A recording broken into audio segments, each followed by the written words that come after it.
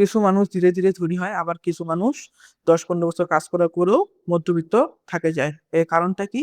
এর কারণের পিছনে রয়েছে ধনীদের কিছু অভ্যাস, অর্থাৎ ধনী মানুষদের কিছু অভ্যাস রয়েছে যেগুলো তারা ফলো করে আরো ধনী হয়। তাদের আমি আজকে 5টা অভ্যাস সম্পর্কে বলবো, যেগুলো যদি আপনারা ফলো করেন আপনারাও আপনাদের আর্থিক অবস্থার অবশ্যই উন্নতি ঘটাতে পারবেন।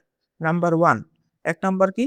যে তারা হচ্ছে যখন কোনো অর্থ তাদের হাতে আসে, অর্থাৎ তাদের অর্থ উপার্জন যদি বেড়ে যায় তখন তারা কি করে?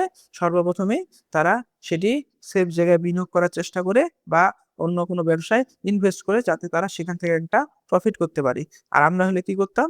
আমরা যারা মধ্যবিত্ত আছি আমরা হলে করতাম কি? যে টাকা ইনকাম বাড়ছে, একটা দামি মোবাইল নিই, একটা মোটরসাইকেল নিই, এগুলো করতাম। এগুলো কিন্তু ধনীরা করে না। 2, তারা নিজের উপরেও বিনিয়োগ করে। অর্থাৎ কিছু টাকা তারা নিজেদের দক্ষতা উন্নয়নের জন্য খরচ করে। বিভিন্ন বই কিনে বা বিভিন্ন কোর্স করে এভাবে তারা তাদের নিজেদের দক্ষতা বাড়ায়। 3, তারা হচ্ছে টাকার জন্য কাজ করে না। এটা কিন্তু মাথায় রাখতে হবে। তারা হচ্ছে টাকার জন্য কাজ করে না। তারা টাকাকে কিভাবে বানানো যায় এই চিন্তাভাবনা করে। অর্থাৎ বিভিন্ন ব্যবসা-বাণিজ্য থেকে কিভাবে টাকা আনা যায় তারা এটা চিন্তা করে। 4, তারা বিভিন্ন সম্পদ তৈরি করে যেগুলো তাদের ভবিষ্যতে টাকা এনে দেয়। অর্থাৎ বিভিন্ন সম্পদ করে বিভিন্ন ব্যবসা-বাণিজ্যে যুক্ত থাকে যেগুলা থেকে তারা ভবিষ্যতে প্রফিট পায়।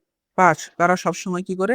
যে দীর্ঘমেয়াদী পরিকল্পনা করে। আমরা হলে কি করতাম? শুধু যে বর্তমান ফলাফলটা নিয়ে থাকতাম। অর্থাৎ বর্তমানটা নিয়েই সবসময় চিন্তা করতাম। অর্থাৎ তারা চিন্তা করে কি? যে 5 বছর পরে এটা করলে 5 বছর পরে কি হবে? বা 2 বছর পরে কি হবে? বা 3 বছর পরে কি হবে? অর্থাৎ তারা পরিকল্পনাটা করে দীর্ঘমেয়াদী।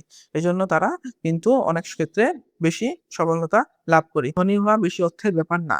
আপনি যদি ধনী হতে চান অল্প অর্থ দিয়েও সেটাকে ধীরে ধীরে কাজে লাগায় কিন্তু আপনিও হতে পারবেন। এখন এই 5 টা অভ্যাসের ভিতরে আপনি কোন অভ্যাসটা ফলো করেন অবশ্যই কমেন্ট করে জানাবেন। আর এরকম ভিডিও পাওয়ার জন্য চ্যানেলটাকে সাবস্ক্রাইব করবেন, ভিডিওতে একটা লাইক দিবেন।